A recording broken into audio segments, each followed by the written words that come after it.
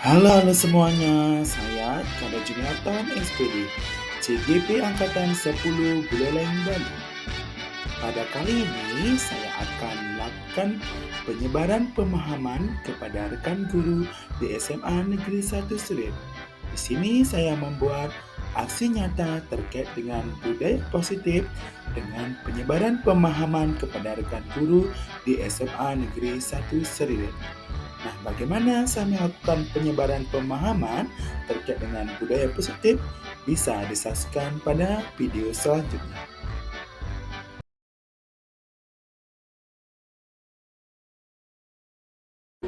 Baik, selamat siang Bapak Ibu.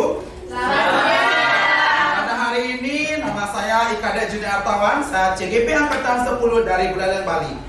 Ya, pada kesempatan kali ini saya akan mengajak Bapak Ibu untuk memahami tentang budaya positif. Jadi tugas kita bersama pada hari ini adalah mendiskusikan dan saya melakukan penyebaran pemahaman terkait dengan budaya positif yang sudah saya pelajari selama ini. Ya, bagaimana Bapak Ibu, siap? Siap. Kita lanjutkan sebelum ke materi, kita ada pantun nih di batu cakepnya. Bisa? Bisa. Oke. Ada jerapah, ada sapi. Cakep. Sapi ribut mau melahirkan. Cakep. Salam santun dari saya pribadi. Cakep. Untuk rekan-rekan sekalian. Tepuk tangan dong. Oke, langsung lanjut saja Bapak Ibu. Pada hari ini sebelum kita mulai diskusinya, kita bersama-sama membuat kesepakatan kelas. Mungkin Bapak Ibu sudah ada di pikirannya tentang kesepakatan kelas ya. Kita bersama-sama diskusikan dan kita sama-sama untuk mengetikkan. Oke.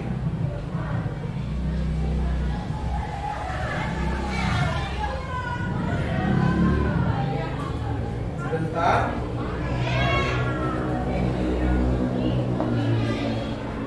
Apa kesepakatan kelasnya? Siapa yang mau memberikan sumbangsih? Silakan Bu Aca. Selama diskusi, HP-nya harap di silent. Oke, selama diskusi, HP-nya di silent itu aja ya? Iya. Ya. Ya. HP-nya di Silent. silent. Oke.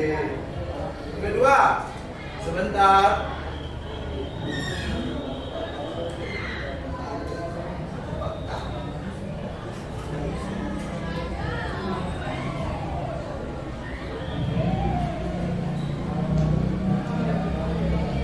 Oke, yang kedua, kira-kira kesepakatan kelas kita apa? WK? Selama penjelasan materi tidak boleh memotong materi saat menjelaskan. Oke, saling menghargai ya. Saling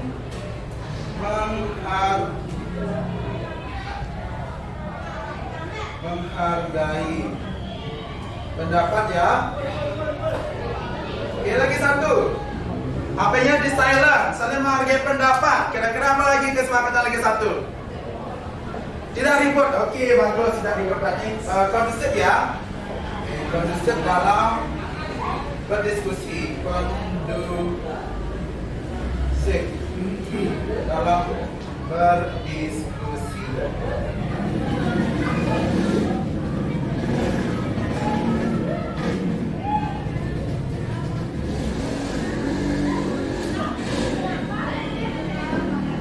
Oke, itu kita sudah membuat kesepakatan kelas. Mari kita bersama-sama ungkapkan apa saja kesepakatan kelas kita pada hari ini. Satu, HP-nya di silent. dua, Saling menghargai pendapat. kemudian tiga, Kondusif dalam berdiskusi. nanti kalian kalau Bapak Ibu ingin kencing ke belakang boleh ya. Dengan instruksi Pak Jun saya izin ke belakang. Oke, paham Bapak Ibu? Paham. Oke, lanjut saja langsung ke ini nanti budaya positif. Nah, ada contohnya tuh, ada animasi anak-anak ya. Apa yang Bapak Ibu terpikirkan di sana? Ada gambar kan? Ada gambar nggak? Ada. Kemudian ada animasi ibu guru ya. Iya. Nah, jangan gambarnya dipikirkan. Nah, yang dipikirkan adalah kira-kira menurut kalian budaya positif itu apa? Ada yang bisa berpendapat? Budaya positif. Oke. Ada tidak? Oke, boleh kan? kebiasaan positif yang dilakukan. Iya, kebiasaan positif yang dilakukan. Tepuk tangan dulu buat mereka. Nah, kebiasaan positif yang dilakukan. Ada lagi yang lainnya? Tidak ada? Kalau tidak ada, nih saya kasih pencerahan nih. Nah, budaya positif kita sama-sama cermati. Apa katanya budaya positif? Nomor 1 kita baca bersama-sama. Nilai-nilai, keyakinan-keyakinan, dan kebiasaan-kebiasaan di sekolah yang berpihak pada murid. Berpihak pada murid. Terus yang kedua, budaya positif sangat diperlukan untuk mewujudkan pendidikan yang berpusat pada murid. Betul apa betul? Betul. Ya. Kemudian, seorang pendidik bertanggung jawab dalam pembentukan budaya positif di sekolah. Nah, jadi siapa yang berperan untuk membentuk budaya positif di sekolah? Pendidik. Nah, selain pendidik siapa?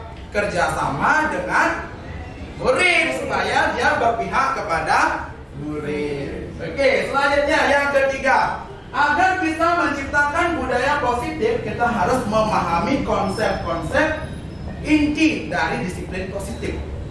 Apa saja? Teori motivasi perilaku manusia, hukuman dan penghargaan. Coba semua Pak Ibu bilang hukuman dan penghargaan. Hukuman dan penghargaan. Nah, kurang berdinamika suaranya. Hukuman dan penghargaan. Hukuman dan penghargaan. Ada posisi kontrol guru, pembuatan keyakinan kelas. Nah, mungkin selama ini Bapak Ibu sudah pernah membuat tentang keyakinan kelas, serta penerapan segitiga restitusi. Nah, itu. Pertama dulu dong, buat kita semua. Itu ya tentang budaya positif. Nah, selanjutnya, Bapak Ibu, pernahkah Bapak Ibu mendengar tentang nilai kebajikan universal? Pernah mendengar? Pernah. Oke. Siapa yang belum pernah mendengar? Oke. Siapa? Oh, banyak ya. Angkat tangannya yang belum pernah. Oke. Wajar ya, masih banyak yang belum pernah mendengar istilah apa namanya? Nilai kebajikan universal. Kebajikan. Guru agama biasanya kebajikan itu apa? Kebajikan itu terkait dengan kebenaran. Ya, nilai-nilai kebenaran yang dijunjung tinggi, ya kan? Apa saja nilai kebajikan itu? Nilai-nilai yang baik. Kira-kira apa? Jujur. Oke, apa lagi? Disiplin. Bagus. Apa lagi? Sopan. Apa lagi? Tanggung jawab. Dan banyak lagi nilai-nilai kebajikan yang lainnya. Yang jelas nilai-nilai kebajikan itu nilai-nilai yang baik dalam kehidupan sehari-hari. Kita tepuk jempol dulu. Tepuk jempol. Saya contohkan ya. Tepuk jempol. Jempol kanan, jempol kiri, 2 jempol. Bahagia. Kita pakai bahagia atau pakai jempol ya? Jempol. Bisa kan Bapak Ibu? Tepuk jempol. Jempol kanan, jempol kiri, 2 jempol. Kalau jempol boleh bahagia. Aduh, Bapak Ibunya udah gini ya, udah ngantuk ya? Ngantuk. Oke, kita lanjutkan. Sebelum saya jelaskan, tadi Bapak Ibu sudah bisa mengidentifikasi yang mana namanya nilai-nilai kebajikan, disiplin, jujur, tanggung jawab, rajin menabung. Ya, kalau ada rajin menabungnya. Selanjutnya, nah ini agak penuh sedikit tapi tidak apa-apa. Akan saya jelaskan nilai-nilai universal itu apa? Nilai-nilai kebajikan adalah sifat-sifat positif manusia yang merupakan tujuan mulia. Tujuan mulia kan? Tujuan mulia yang ingin dicapai setiap individu. Tidak lain, nilai-nilai kebajikan universal itu adalah, coba yang kolom di sana bisa terbaca?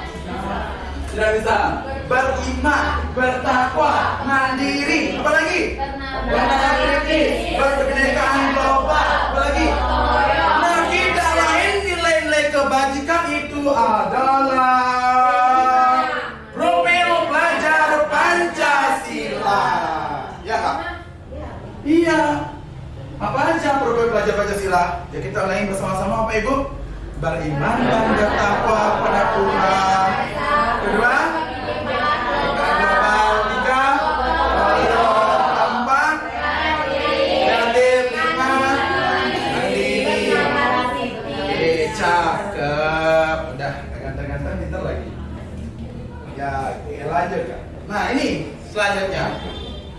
Nilai kebajikan udah paham, budaya positif udah paham. Katanya budaya positif itu biar berpihak kepada murid, siswa boleh. Nah, sekarang ada namanya teori motivasi Bapak Ibu. Ya, teori motivasi itu menurut bisa baca itu menurut siapa? Diane Gosset. Jadi masih Diane Gosset kan? Ya, Diane Gosset. Ada 3 motivasi. Yang pertama adalah motivasi ingin terbebas dari apa? Hukuman. Yang kedua, motivasi ingin mendapatkan penghargaan atau imbalan. Ada yang seperti itu di sini, Bapak Ibu?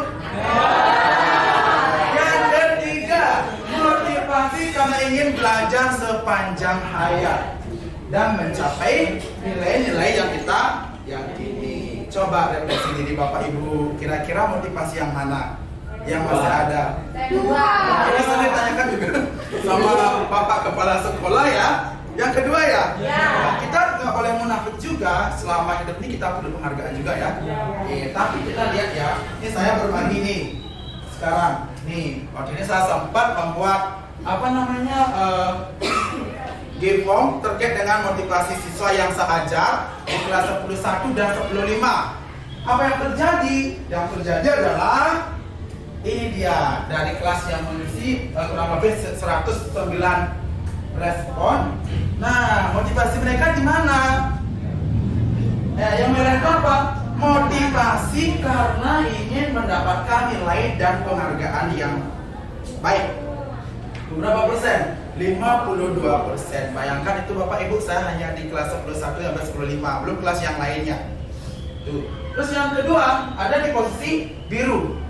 Motivasi karena ingin terbebas dari rasa ketidaknyamanan. Masih ada ternyata ingin terbebas dari rasa ketidaknyamanan. Terus yang 11,9% apa? Motivasi ingin belajar sepanjang hayat. Nah, sebenarnya siswa yang seperti itu ya kita inginkan. Paham Bapak Ibu? Paham?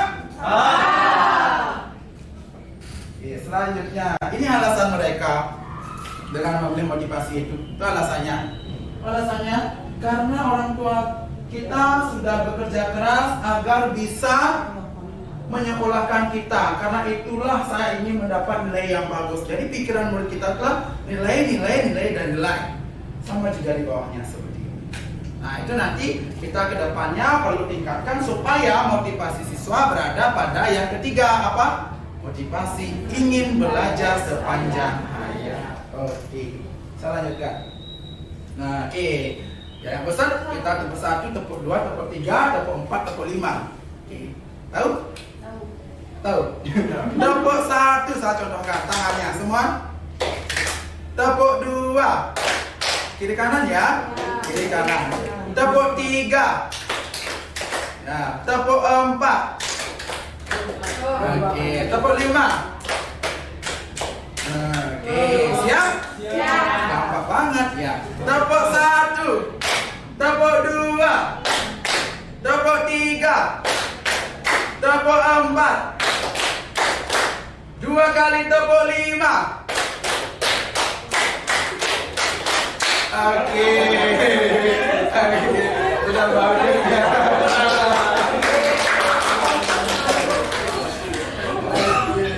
Nah, lanjut kita konsep yang selanjutnya, yaitu tentang hukuman, konsekuensi, dan restitusi. Nah, sekarang pikirkan dulu 1 menit dengan ketiga istilah ini. Boleh Bapak Ibu berdiskusi dengan teman sebangku. Ada 3 istilah: hukuman, konsekuensi, dan restitusi.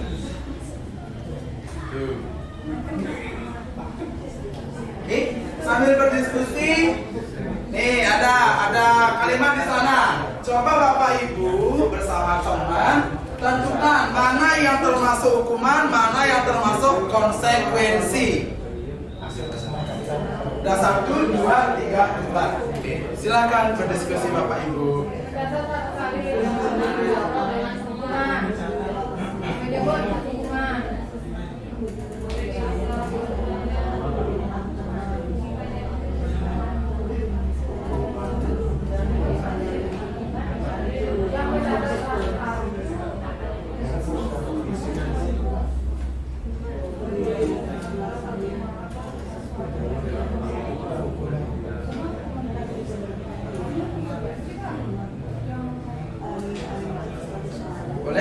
diskusi Bapak Ibu, santai saja.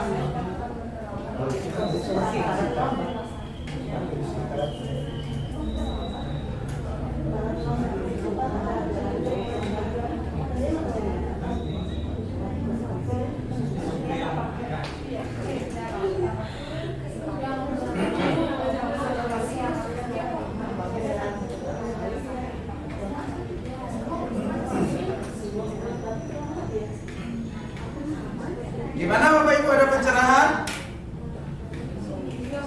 Bingung ya? Oke. Saya kasih clue ya sebelum Bapak Ibu menjawab. Hukuman dan konsekuensi itu bedanya adalah kalau hukuman itu tidak ada kolerasinya atau hubungannya antara hukuman yang diberikan oleh seseorang terhadap perilakunya. Kalau konsekuensi itu ada keterkaitannya, ada kolerasinya antara pelanggaran yang dilakukan anak dengan tindakan atau permasalahan yang dilakukan oleh anak itu sendiri. Contoh, misalnya konsekuensi, dia disuruh lari nih karena telat dia ikut basket oleh guru olahraga, itu konsekuensi. Ada hubungan guru olahraga, guru lari, ada hubungan kan? Nah, sekarang apa itu masih bisa tercerahkan? Oke. Silakan siapa yang mau menjawab? Yang pertama, 2, 3, 4. Yang satu silakan angkat tangannya Bapak Ibu. Jangan takut salah Bapak Ibu, santai saja, kita sama-sama belajar. Kita silakan. Yang pertama sekali. Caranya lebih keras ya. Menurut saya itu konsekuensi karena terlambat datang ke sekolah. Kan ada aturan di sekolah. Terus kalau datang. Terus ada Bapak Ibu yang lain? Konsekuensi. Ya lanjut dulu. Yang di bawahnya, berjemur di lapangan basket pukul 12 siang karena mengobrol dengan teman. Aduh, udah jelas banget ya.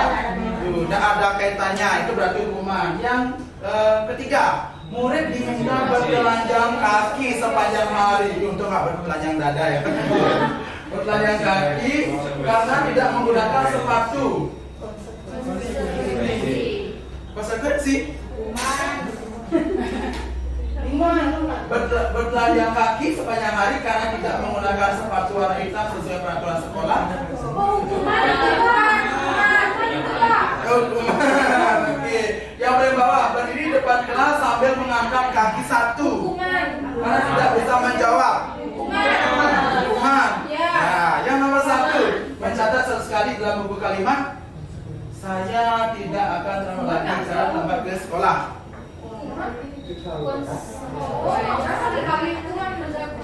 Hukuman, alasannya? Karena mencatat sama sekali itu kan terlalu banyak, kan dia antara korelasinya dengan terlambat. Nah, tidak nyambung ya? Ya. Setuju dengan itu? Ada bayangan? Sekarang semakin paham atau bagaimana? Atau bingung? Masih Masih bingung. bingung. Oke. Kalau masih bingung nih, sekarang lanjut biar lebih paham lagi. Nah, membersihkan tumpahan air di meja tulis karena tersenggol pada saat belajar. Yang di bawahnya, lari mengelilingi lapangan basket 2 kali karena terlambat hadir di sekolah. Hukuman. Terus nomor 3, membersihkan coretan menggantikan kertas. Nah, berarti sekarang semakin bisa ya? Saya anggap Bapak Ibu bisa. Nanti bisa dikaji lagi secara mandiri. Oke. Selanjutnya, nah ada namanya yang selanjutnya namanya adalah teori kontrol. Coba semua bilang. Teori kontrol. Kalau tangan saya ke bawah, kalian nadanya rendah ya. 1, 2, ya semua. Teori kontrol. Ya, naik. Teori kontrol. Ya, oke semua. Silakan. 1, 2, ya semua. Teori kontrol.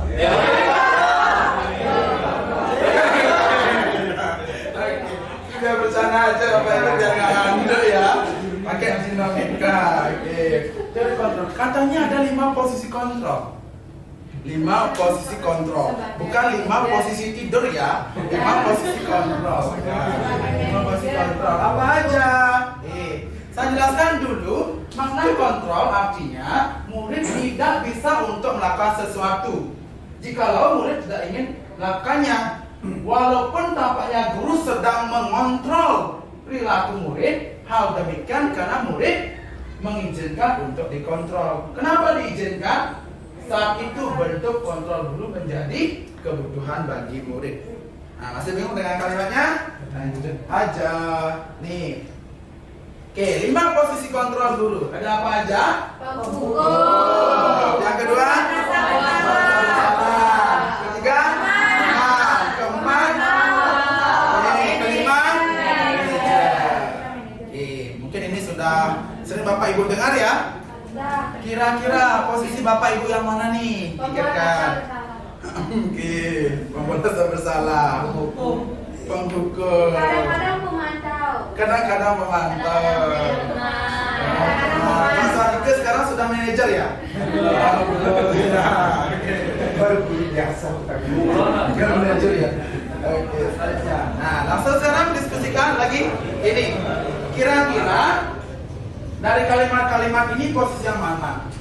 Kita kembali dulu yang ini, 5 posisi kontrol guru. Ada penghukum. Kamu Aca, udah telat lagi. Nggak pakai sepatu lagi, diam kamu di sini. Nah, dasar kamu siswa apa ini? Selanjutnya, kalau pembuat rasa bersalah. Aduh Aca, kamu seperti ini lagi, nanti saya ditegur kepala sekolah. Tuh, pembuat rasa bersalah. Kamu nggak kasihan dengan saya? Pembuat rasa bersalah. Terus, kalau teman, Aca, tenang aja, nanti Pak bantu. Silakan di kelas. Nah, terus yang pemantau, Aca, hari ini kamu nggak mau pakai sepatu putih. Seharusnya hari ini kamu pakai sepatu putih. Karena aturan kelas kita hari ini kita pakai sepatu putih. Kita berpatokan pada sebuah peraturan, itu pemantau. Kalau manajer, manajer gimana? Aca, kenapa kamu tidak pakai sepatu putih hari ini? Jelaskan kepada Bapak. Solusi apa yang perlu kamu lakukan agar kedepannya kamu pakai sepatu? Beda kan? Beda kan? Beda kan? Iya. Nah, semangatnya mana beda kan? Iya. Oke, nah sekarang coba didiskusikan ini.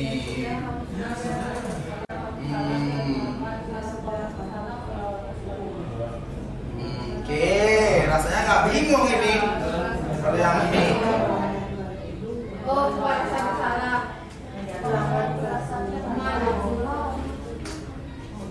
Oke, angkat tangannya langsung.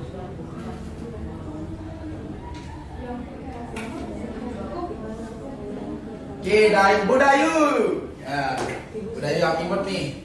Budayu Junil. Silakan nomor 1 dibaca. Ya sudah, kamu sudah melanggar peraturan sekolah. Kamu salah, sudah terlambat. Salah penggawanan sepatunya. Oke, berarti apa itu? Penghukum. Udah jelas dengan nada yang tinggi. Ya sudah, kamu sudah melanggar peraturan sekolah. Kelihatan jadi pemantau kan? Tapi yang bikin kalimat yang ini, kamu salah, sudah terlambat. Salah penggawanan sepatunya. Langsung ngegas. Ya, terus nomor 2. Dayu Novia. Gimana kamu belajar? Kamu tidak kasihan sama ibu ya? Ibu sudah capek-capek mengajarkan kamu.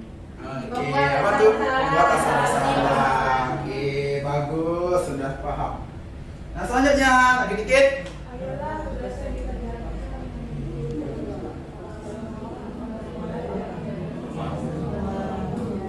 Silakan, Pak Madinte, silakan dijawab. Coba saja, ya, coba saja. Oke. Oke. Nah, apa itu?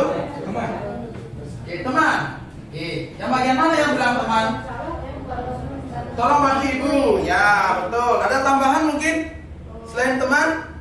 Membuat rasa salah. Dia mengkolaborasikan kedua-duanya. Iya, jadi teman dan membuat rasa bersalah. Gitu. Terus yang paling bawah?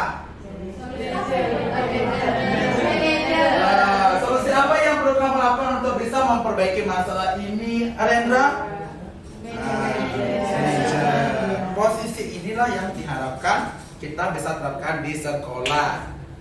Harus bisa. Modelnya nggak? Ya, ada muridnya harus mau ya. Oke. Tapi kita kan ya tidak 100% lah. 90% nanti jadi 99% kita bisa kedepannya menjadi pendidik yang manajer atau pemantau, itu yang diharapkan. Jangan sampai yang sama dengan yang dulu, membuat rasa bersalah atau penghukum. Justru itu akan merusak mental siswa. Setuju nggak? Setuju. Oke, ya. Nah, ini lagi dua. Rani, ibu lihat kamu tidak memakai dasi pada hari ini. Kamu tahu konsekuensinya?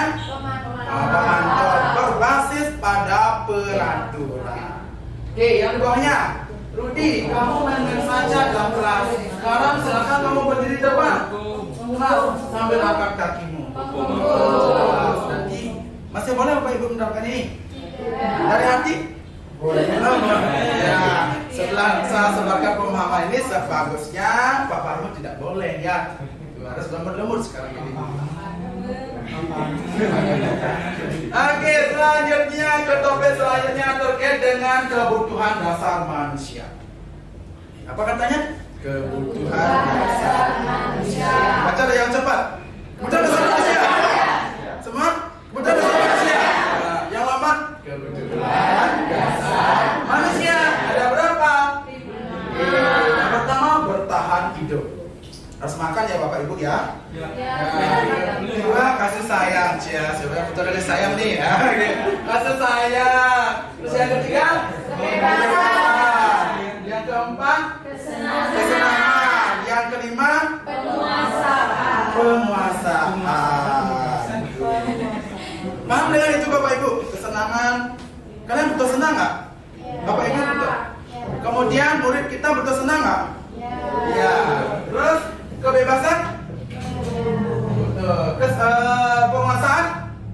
Ini hari ini saya penguasaan nih, menguasai untuk menyampaikan materi, biar Bapak Ibu tetap mendengarkan saya.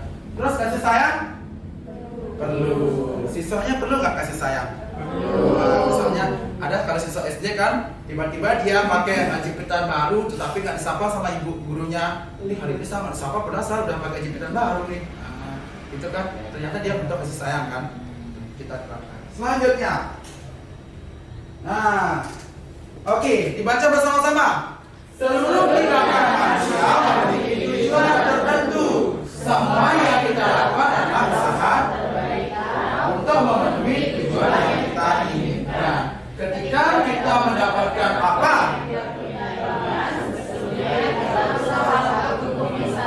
Oke, ternyata itu. Ngerti maksudnya Bapak Ibu? Nih, coba nih bapaknya nih. Dia duduknya seperti itu. Kira-kira kebutuhan apa yang dia ingin penuhi? Kesenangan nggak? Bisa jadi kan? Bisa jadi duduknya ya, biasanya duduk seperti itu. Kemudian Pengakuan. kebebasan. Pengakuan Yang disediakan ya. Oke, bisa ya. Selanjutnya nih agak padat nih. Ayo Bapak Ibu jawab kebutuhan dasar yang mana yang dimaksud. Oke, lagi berdiskusi. 30 detik, Pak Ibu.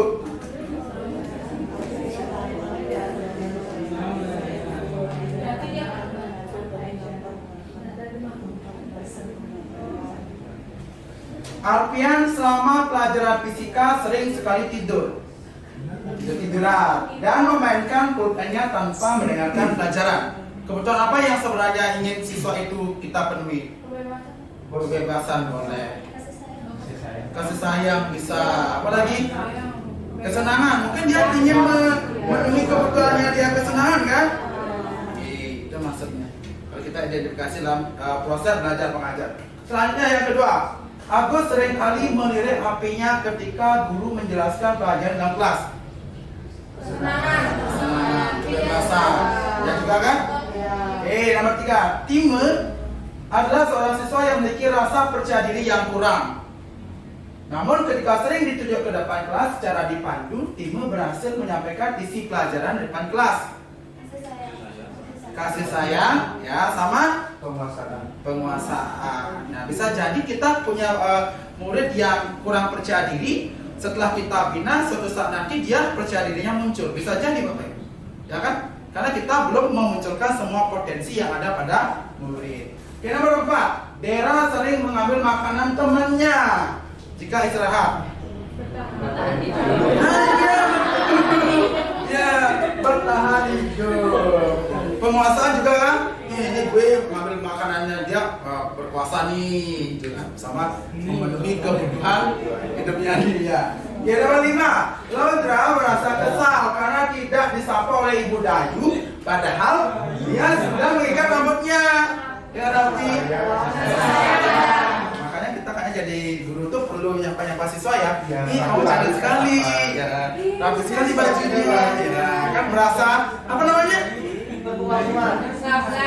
Merasa ada kita sebagai perhatiannya dia ya. Paham Bapak Ibu tentang kebutuhan? Nah, murid butuh itu, kita juga butuh itu. Ya nggak? Nah, oke, selanjutnya. Keyakinan kelas. Oke, mungkin Bapak Ibu sudah pernah dengar istilah keyakinan kelas. Oke. Selain ke keyakinan kelas, atau sebelum ke keyakinan kelas, rasanya sekalian Bapak Ibu mengantuk ini. Iya. Nih, nah, kita nyanyi bersama ya. Tahu ini yang sering nyanyi ini? Coba tangannya ke atas. Tangan ke atas menggapai bintang. Tangan ke samping yang terbang. Tangan ke depan ikan berenang. Duduk yang rapi siap belajar. Putar-putar, tangan diputar. Lunggu-lunggu, tangan digulung. Ular melingkar di pagar bundar. Kanan, kiri, atas, bawah, siap belajar. Satu jari kanan, satu jari kiri, ku gabung menjadi dua, ku buat jembatan panjang. Bisa, Bapak Ibu? Bisa. Dan di sini agak berat sedikit ya. Nah, terus dari satu jari ini ya, Bapak Ibu ya. Agak temponya tek. Ya. Satu jari kanan, satu jari kiri, ku gabung menjadi dua, ku buat jembatan panjang. Di kanan, dua jari kiri, ku gabung menjadi empat, ku buat kamera cekrek. Jari kanan, tiga jari kiri, ku gabung menjadi enam, ku buat menara tinggi. Empat jari kanan, empat jari kiri, ku gabung menjadi delapan, ku buat telinga kelinci. Jari kanan, lima jari kiri, ku gabung menjadi 10, siap belajar. Oke, gitu Bapak Ibu ya. Mulai yang terakhir. 5 semuanya. 5 jari kanan, 5 jari kiri, ku gabung menjadi 10, siap belajar. Ya, lanjut berarti siap belajar kan? Next.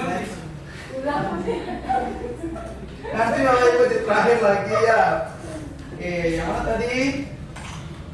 Keyakinan kelas. Oke, Bapak Ibu mungkin sudah pernah terlibat membuat keyakinan kelas bersama murid ya. Keyakinan kelas itu apa? Keyakinan kelas adalah nilai-nilai kebajikan yang diyakini oleh kelas untuk menumbuhkan motivasi dalam atau intrinsik dan budaya positif di kelas. Tuh, keyakinan kelas.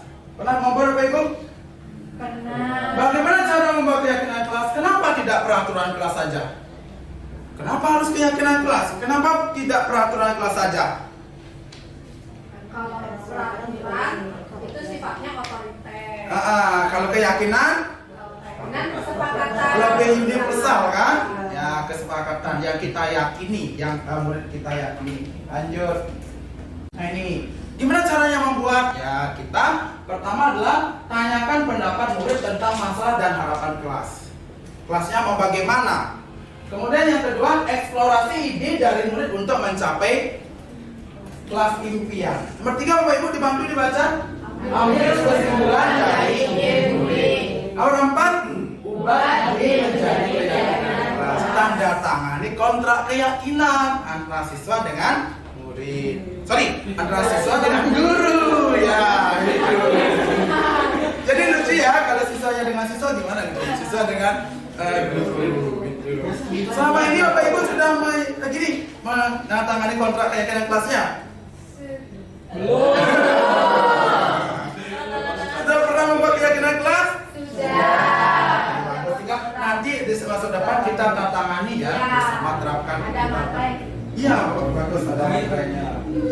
Nah, bagaimana pendapatnya ini ya waktu saya mencoba membuat keyakinan kelas. Saya agak pause saja videonya. Jadi maaf saya mengambil dulu. Silakan.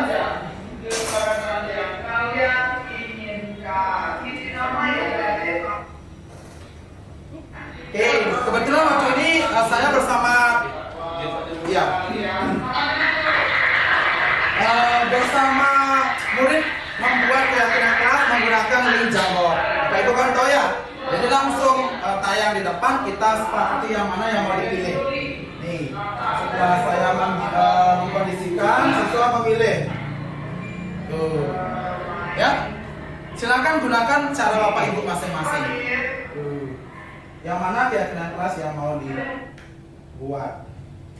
Oke, ada bayangan Bapak Ibu? Oke.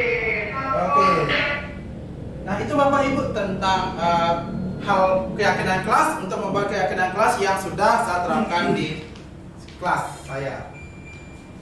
Oke, selanjutnya. Nah, sebentar, sampai di mana tadi? Keyakinan ya. Dan ngantuk Bapak Ibu? Tidak. Tidak. Dari hati? Ya. Yes.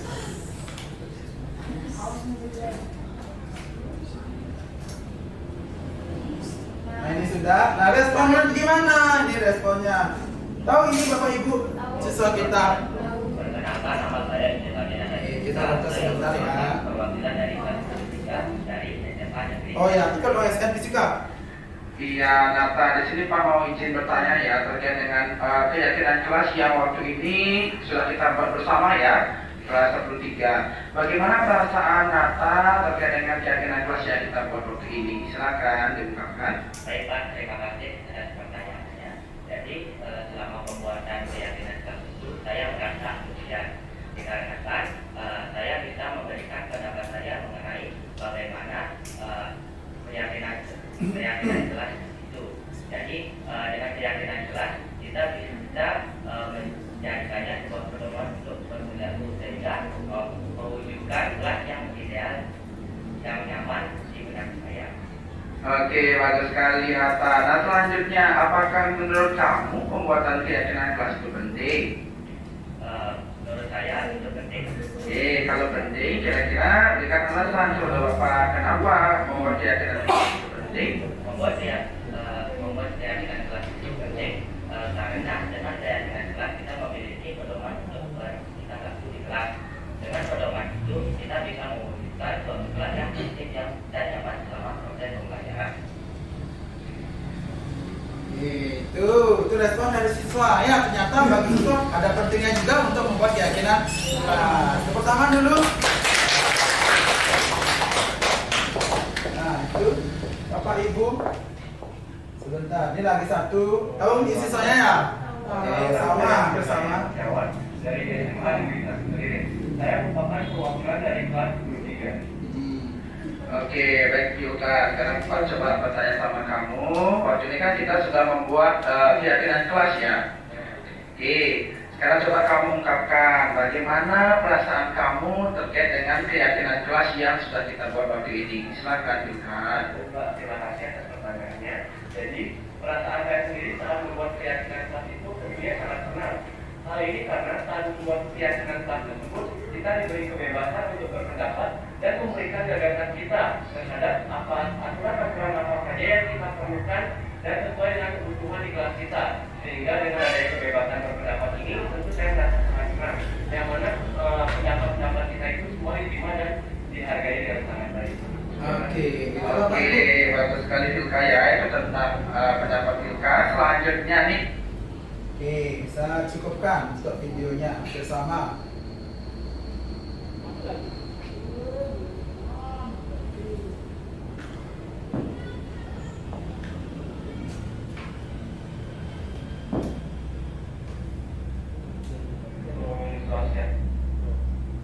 Oke, sedikit lagi, sedikit ya. Ini ada tulisan di depannya. Saya kada Juniartawan pergi ke kondangan membawa nasi. Yang kedua, saya kada Juniartawan pergi ke kondangan membawa nanas. Yang ketiga, saya kada Juniartawan pergi ke kondangan membawa nangka. Ayo ini untuk berpikirnya agak jelimet. Ada yang bisa melanjutkan? Dengan SDG yang saya lakukan? Atau saya model sedikit, saya Ikade Juni pergi ke kondangan membawa ikan.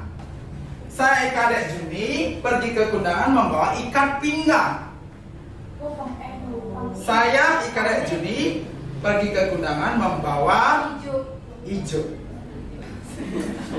Silakan semua bisa SDG-nya, ini agak menguras pikiran.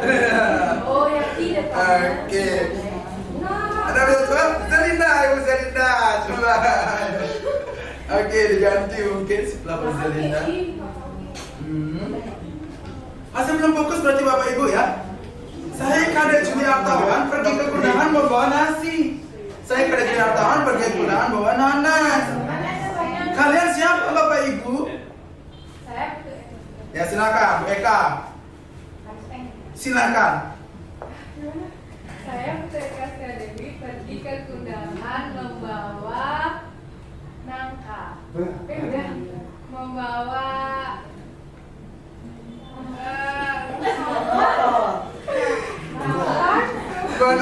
Nangka, oke. Ada ibunya, ada bapaknya, oke. Ya. Wis kan dong. Saya dari Juniani pergi ke kondangan membawa uang. Saya dari Juniani pergi ke kondangan membawa undangan. Saya dari Juniani pergi ke kondangan membawa umpan. Oke, sementara ini bagus. Ada yang ingin berbeda, Nanti belum bagus ya. Coba Jaya, coba. Oke, coba kita. saya pergi ke sekolah kayaknya. Oke, bingung ya Bapak Ibu ya. Oke, kebingungan Bapak Ibu menerangkan Bapak Ibu sudah mulai mengantuk sangat dan sudah konsentrasi. Coba dilihat, ini guru bahasa harusnya lihat nih. Huruf terakhir dari huruf saya apa? N, ya kan? Artawan. Pergi ke kondangan bawa apa? Nasi, nanas, nangka. Iya. Jadi Bu, paham kan? Saya Pak Maharjaya pergi ke kondangan membawa amplop. Ya kan? Huruf terakhir ini digunakan untuk mengawali. Terus semua bilang. Oke. Dengan bagus ya. Silakan mereka. Hah? Ya. Saya Putri Dewi pergi ke kondangan membawa ikan. Oke. Membawa?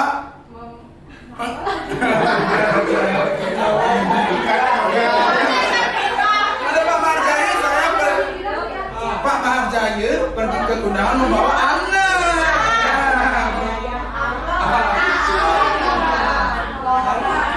Oke, cukup Bapak Ibu, tepuk tangan dulu ya. Nah, sekarang lanjut segitiga restitusi. Apa katanya segitiga restitusi? Bukan segitiga bermuda ya. Bukan juga segitiga cinta. Ya, tadi kan ada hukuman, penghargaan, restitusi. Semua tangannya. Hukuman, penghargaan, restitusi. Tadi udah tahu hukuman kan? Udah tahu penghargaan? Sedikit tahunya kan? Oke, sekarang ada restitusi. Yang paling bagus yang perlu kita lakukan di kelas adalah restitusi. Apa katanya semua? Restitusi. Lagi sekali. Restitusi. Ya, kalau hukuman gimana tadi? Kamu dasar kamu udah botak dan lain sebagainya. Terus kalau penghargaan, nanti Bapak Ibu setelah ikut ini saya kasih JMC ya. Itu penghargaan. Terus kalau restitusi beda. Nah, restitusi apa? Restitusi adalah merupakan suatu proses menciptakan kondisi bagi murid untuk memperbaiki kesalahan mereka. Kita baca dengan terbata-bata ya. Gaya goyang Dewi Persik terbata-bata kan. Oke, silakan. Restitusi semua. Restitusi merupakan suatu proses menciptakan kondisi bagi murid untuk memperbaiki kesalahan mereka. Terus sehingga mereka bisa kembali pada kelompoknya dengan karakter yang lebih kuat. Itu tujuannya. Makanya misalnya ada anak yang namanya Harjaya. Harjaya, kamu kipas-kipas saja. Ininya. Keluar kamu. Hukuman kan? Ya. Restitusi gimana? Harjaya, kenapa kamu kipas-kipas? Ya panas. Sedangkan kebutuhan kesenangan akan panas yang dia penuhi. Paham kan?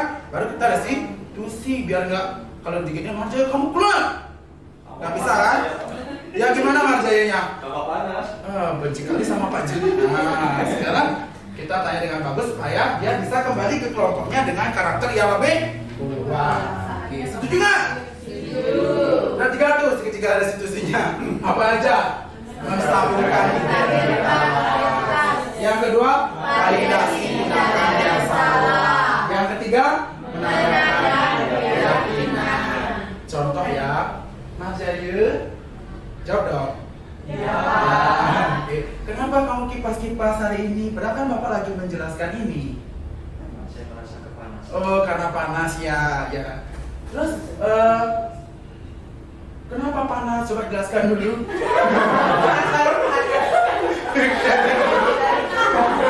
Nah, jadi kita mendekati menstabilkan identitas biar nggak sama-sama emosi kan? Percaya kamu kipas-kipas keluar kamu. Nah, enggak kan? Stabilkan dulu biar sama-sama stabil kan? Emosi guru dengan emosi siswa. Setelah itu baru validasi tindakan yang salah. Yang mana yang dia salah? Ajarin kan teman-teman kamu nggak ada yang kipas-kipas hari ini. Kamu kok kipas-kipas? Kamu tahu nggak? Itu kipas-kipas tuh sesuai nggak dengan keyakinan kelas kita? Tidak. Itu misalnya kan keyakinan kelas yang mana yang kira-kira yang belum sesuai dengan tindakan kamu. Itu restitusi tidak menghargai. Solusi apa yang kamu lakukan ke depannya? Memasak hati.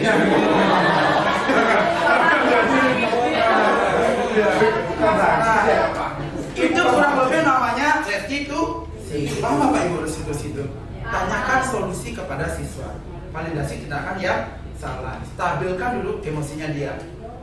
Dia kan intinya gini restitusi Bapak Ibu. Identitas gagalnya dia dirubah menjadi identitas sukses. Padahal udah gagal. Tapi kita anggap dia sukses. Tidak apa-apa Marjaya kipas-kipas. Bapak juga jika menjadi kamu seperti ini panas, kipas-kipas juga. Wajar kipas yang panas kita kipas. Setiap manusia pasti melakukan kesalahan. Tetapi kamu tahu kan kipas-kipas itu tidak sesuai dengan kesepakatan kelas? Itu ceritanya. Paham? Itu ini. Sekarang silakan langsung. Ini Bapak Ibu. Setiap manusia pernah melakukan kesalahan. Untung kamu tidak melakukan hal yang lebih ekstrem dari ini. Silakan pilih. Silakan. Ya. Tentukan Bapak Ibu yang mana yang menstabilkan identitas, yang mana yang memvalidasi tindakan yang salah, yang mana yang restitusi atau menanyakan keyakinan. Karena 3 tahapan nih. Nih yang 3 tahapan yang ini. Nih, ya ini. Tuh ada 3 tahapan itu. Sekarang ini yang pertama tahapan yang mana? 1. Validasi. Yang 1 yakin. Berdua Yang satu itu adalah setiap manusia pernah melakukan kesalahan. Untung kamu, apa tuh? Iya, menstabilkan. Yang kedua, apa yang bisa kamu lakukan untuk memperbaiki kesalahan ini? Memvalidasi tindakan yang salah. Yang nomor tiga, kira-kira keyakinan kelas yang mana yang belum kamu penuhi? Itu menanyakan keyakinan. Ulang, yang nomor satu apa? Nomor dua? Nomor tiga? Jadi pintar nyari-nyari kata kunci ya. Untung kamu tidak melakukan tindakan yang lebih ekstrem. Stabilkan kondisinya ini. Kemudian yang nomor dua, apa yang bisa kamu lakukan dari kesalahan ini? Kan kita tahu menyadari biar dia tuh sadar kesalahan dia apa? Memvalidasi tindakan yang salah. Yang ketiga baru menanyakan keyakinan kelas yang mana yang tidak sesuai dengan tindakan kamu. Solusi apa? Ya. Setelah nanya keyakinan, kita nanya solusi. Itu segitiga bermuda. Bukan segitiga restitusi. Ya apa? Segitiga restitusi. Nah, dipotong-potongkan. Segitiga. 1, 2, yang mulai. Segitiga restitusi. Nah, ini kurang lebih ini videonya langsung natural saya ambil ya, kebetulan pada saat PA. Ya, masuk.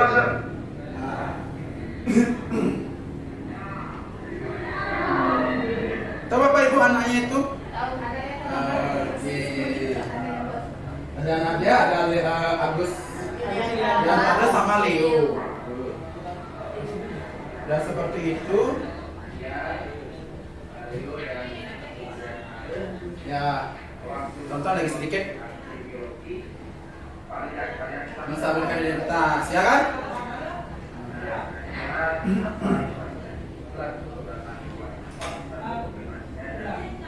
Kita tanya dulu alasannya dan langsung menghukum dia.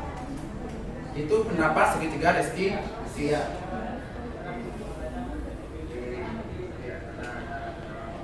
Nah, ada kendala motor katanya itu anaknya itu. Nah, setelah itu baru kita tanya apa, Pak Ibu? Kira-kira apa yang ditanya? Setelah menanyakan kendalanya, tadi kan udah paham Pak Ibu? Tindakan yang salah dulu. Apa tindakan yang salah kira-kira tadi itu? Tindakan salah. Kemudian tanyakan keyakinannya. Keyakinan kelas yang mana yang dia anggap. Ternyata tindakan kelas yang mana kira-kira kalau Bapak menebak? Kelamar, disiplin, tepat waktu, tanggung jawab, komitmen, dan lain sebagainya. Ini sebentar Bapak Ibu. Tepuk semangat. Semangat. Oke, semangat.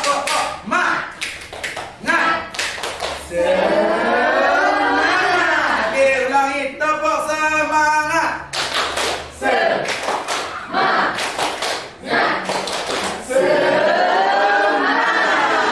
Kita semangat, masuk semangat ya. Lanjut ya, tapi panas ya. Oke, bisa dibantu dulu. Ini tadi sudah ya. Ini penerapan saya di kelas. Ini sama ini segitiga restitusi. Ternyata ini kita melakukan restitusi tidak hanya kepada siswa yang kurang saja ya. Ini kan siswa yang bagus di Sinartin, tapi dia punya rasa kecewa, rasa marah ketika ulangan matematika ini contek. Kita perlu juga tanyakan keyakinan dia. Ini pendapat saya ya, tidak saya berkata secara full.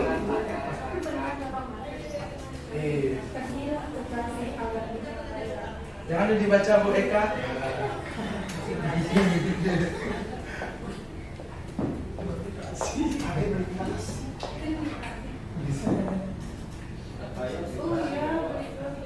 Oke, ternyata memang sudah pantun penutup ya. Oke, permintaan saya pantun ini dibantu cakepnya sama lagu yang tadi kita ulang sambil berdiri, bisa kan? Nah, baru langsung siap belajar para mesanti, Om Santi. Oke, dibantu dulu cakepnya ya. Siap ulang. Oke. Pergilah ke kasih agar bisa kaya. Cari cuan untuk berliterasi. Itulah tadi presentasi saya. Cukup sekian dan terima kasih. Lagi yang tadi. Oke, berdiri Bapak Ibu. Untuk Wasita bisa spesial duduk ya. Oh, boleh. Oke, ini lebih ekspresif ya. Lebih ekspresif, harus dapat ekspresinya. Ya.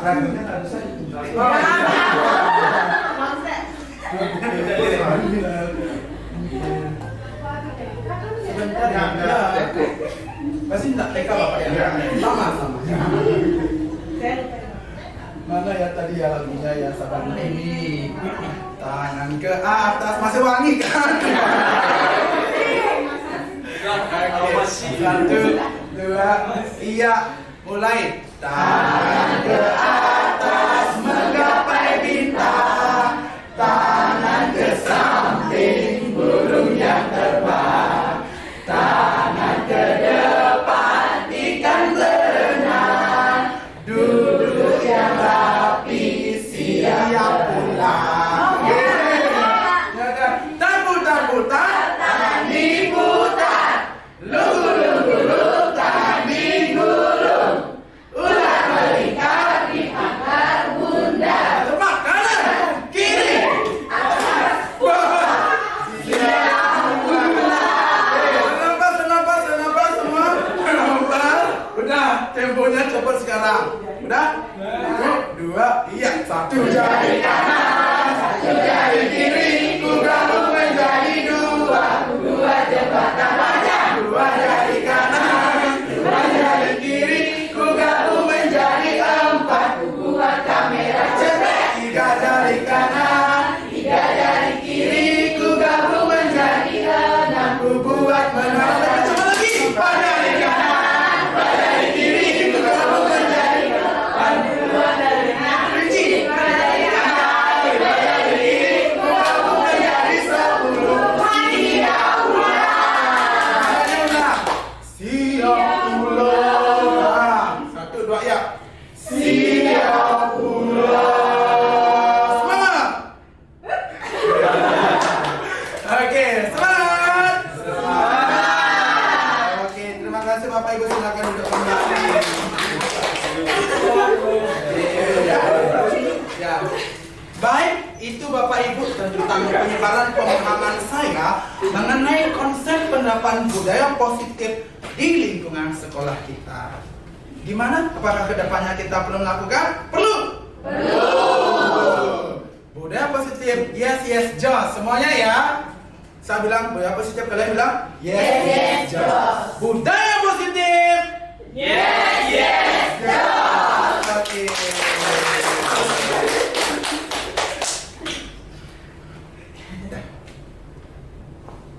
Selamat pagi Pak Mahadipte. Selamat pagi Pak Diri. Ya, di sini saya meminta testimoni terkait dengan apa yang sudah saya sampaikan kemarin tentang budaya positif. Ya, di sini silakan Pak perkenalkan diri dulu. Setelah itu sampaikan pemahaman apa yang sudah Bapak dapatkan serta harapannya ke depannya. Silakan Bapak. Baik, terima kasih Pak Juni. Diperkenalkan, nama saya Nyoman Mahadipta, selaku rekan kerja Pak Juni di SMA Negeri 1 Seririt dalam memegang mata pelajaran geografi. Nah, di sini yang saya sampaikan terkait dengan hasil ataupun seminar kemarin yang disampaikan sama Pak Juni terkait dengan budaya positif, saya memahami pada materi terkait dengan segitiga restitutif ya. Nah, di mana dalam materi segitiga restitusi itu sendiri, jadi yang saya dapatkan terkait dengan materi segitiga restitusi itu adalah untuk menangani permasalahan siswa.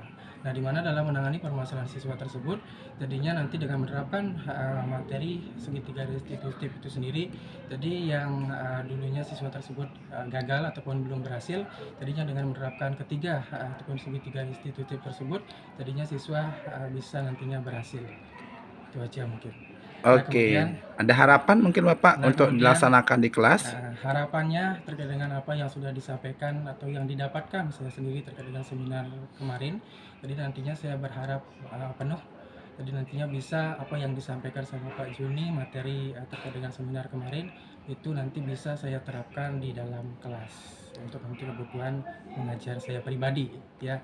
Dan kemudian yang juga saya harapkan nantinya buat Pak Juni nantinya bisa lebih sering-sering lah untuk mengadakan terkait dengan berbagi praktek baik itu namanya ya. Jadi biar bisa nih teman-teman mengikuti terkait dengan cara dan juga dari mengajarnya Pak Juni sudah sangat-sangat luar biasa. Itu aja. Oke, terima kasih ya responnya Pak Mahadipta. Ya, terima kasih ya. Terima kasih Pak Juni. Ya. Ya, selamat pagi Pak Swadike. Hari ini mohon izin ya saya untuk meminta testimoni Bapak terkait dengan pengimbasan yang kemarin saya lakukan terkait dengan budaya positif. Ya, bisa Bapak sampaikan perkenalan dulu, setelah itu berikan pemahaman Bapak tentang budaya positif. Nah, lalu nanti bisa Bapak sampaikan perasaan dan harapan. Silakan Pak Swadike. Baik, terima kasih Pak Juni atas waktunya. Izinkan, nama saya Komang Suradike, saya mengajar fisika.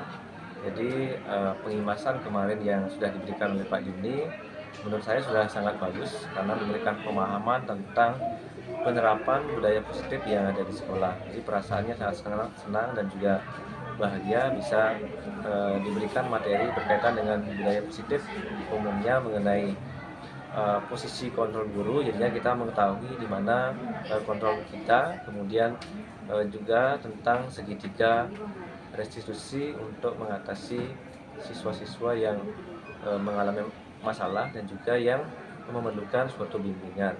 Nah, jadi harapannya pengimbasan ini mungkin lebih bisa dilaksanakan lagi ke depannya sehingga para guru semuanya pendidik mengetahui tentang penerapan budaya positif di sekolah ini agar sekolah nantinya bisa lebih maju. Demikian Pak Juni, terima kasih. Ya, terima kasih Pak Swadike atas testimoninya. Baik, selamat pagi Bu Aca. Ya, selamat pagi Pak Juni.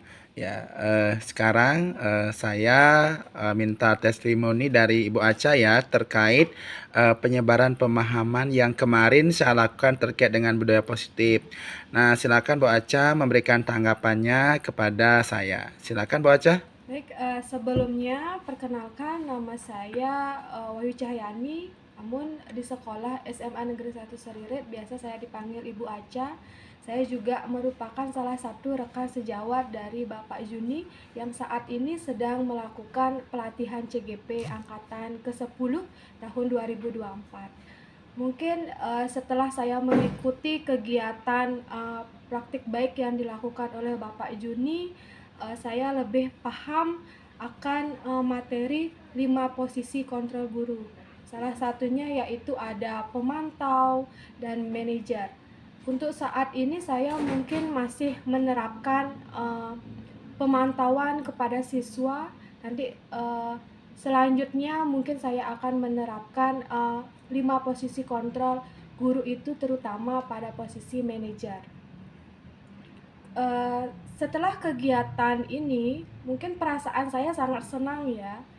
Salah satunya saya merupakan salah satu guru yang saat ini belum berkesempatan mengikuti kegiatan CGP ini, jadi saya sangat berbangga, senang mendapatkan materi-materi yang belum saya kuasai. Seperti itu. Mungkin harapan saya nanti selain materi 5 kontrol posisi guru ini, saya juga dapat materi-materi yang selanjutnya yang bisa menambah wawasan saya. Selain itu juga saya akan mengaplikasikan materi-materi yang sudah disosialisasikan oleh Bapak Juni. Mungkin itu saja yang saya sampaikan. Terima kasih. Ya, baik, terima kasih Bu Aca.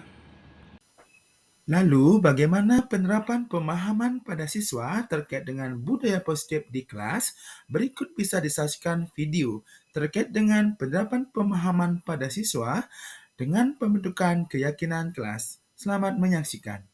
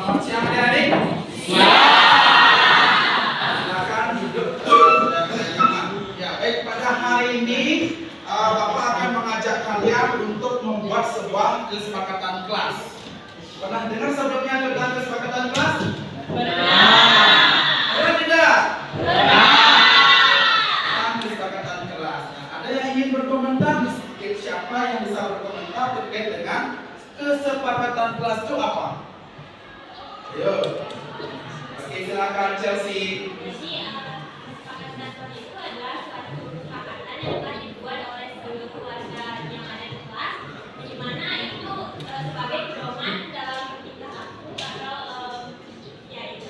Oke, betul sekali. Berikan pertama berdua.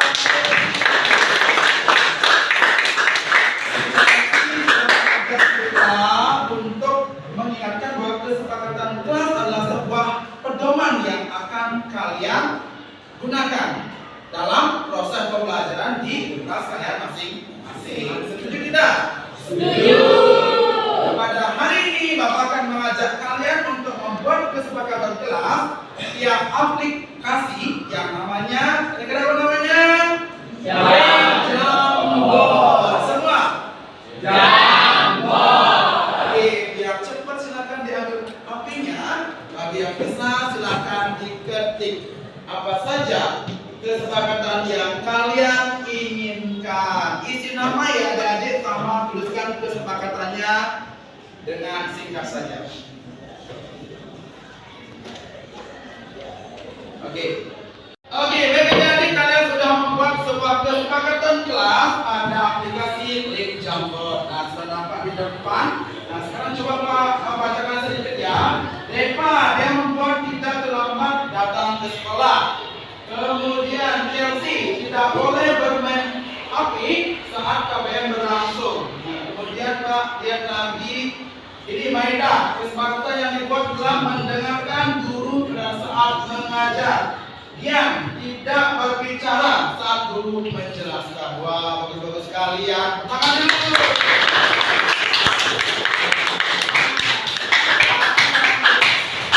Sekarang dari banyak hasil curahan kalian mengenai kesepakatan kelas, ini ada yang nyusul nih.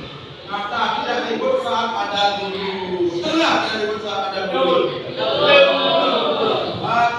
Oke, tadi kalian sudah beberapa menuliskan tentang kesepakatan kelas di link jawabnya. Nah, sekarang saya sudah bersama teman-teman kalian di depan untuk memilih kesepakatan kelas yang mana yang ingin kalian lakukan. Oke, silakan Pak, minta dari Nata. Yang mana kira-kira boleh Nata tunjukkan? Yang mana ya? Oke, sebentar geser sedikit. Berkata yang sopan ya, berkata yang sopan. Oke. Selanjutnya, adiknya. Oke, mendengarkan dulu ya. Dengarkan guru saat belajar. Oke, tiga. Andra, mau pilih yang mana? Tidak boleh bermain HP ya? Tidak bermain HP. Tidak bermain HP. Terakhir, saling membantu. Mencontek jangan dibantu ya. Saling membantu. Saling membantu. Oke, dari tepuk tangan buat teman-teman.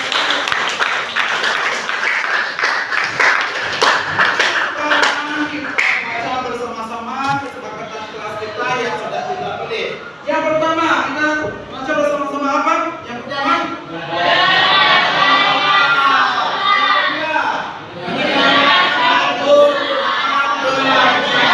yang ketiga, yang keempat, saling membantu. Oke, tepuk jempol. Jempol kanan, jempol kiri, dua jempol.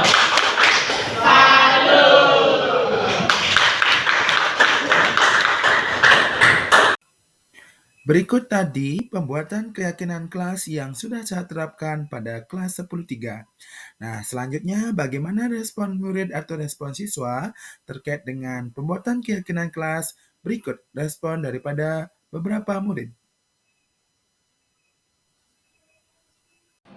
Om Swastiastu. Perkenalkan, nama saya Ide Kadenata Diputra. Saya merupakan perwakilan dari kelas 10.3 dari SMA Negeri 1 Seririt. Iya, Nata, di sini Pak mau izin bertanya ya terkait dengan keyakinan kelas yang waktu ini sudah kita buat bersama ya di kelas 10.3. Bagaimana perasaan Nata terkait dengan keyakinan kelas yang kita buat waktu ini? Silakan diungkapkan. Baik Pak, terima kasih atas pertanyaannya. Jadi selama pembuatan keyakinan kelas itu saya merasa antusias dikarenakan saya bisa memberikan pendapat saya mengenai bagaimana keyakinan kelas itu. Jadi dengan keyakinan kelas kita bisa menjadikannya sebuah pedoman untuk berperilaku sehingga mewujudkan kelas yang ideal yang nyaman di benak saya.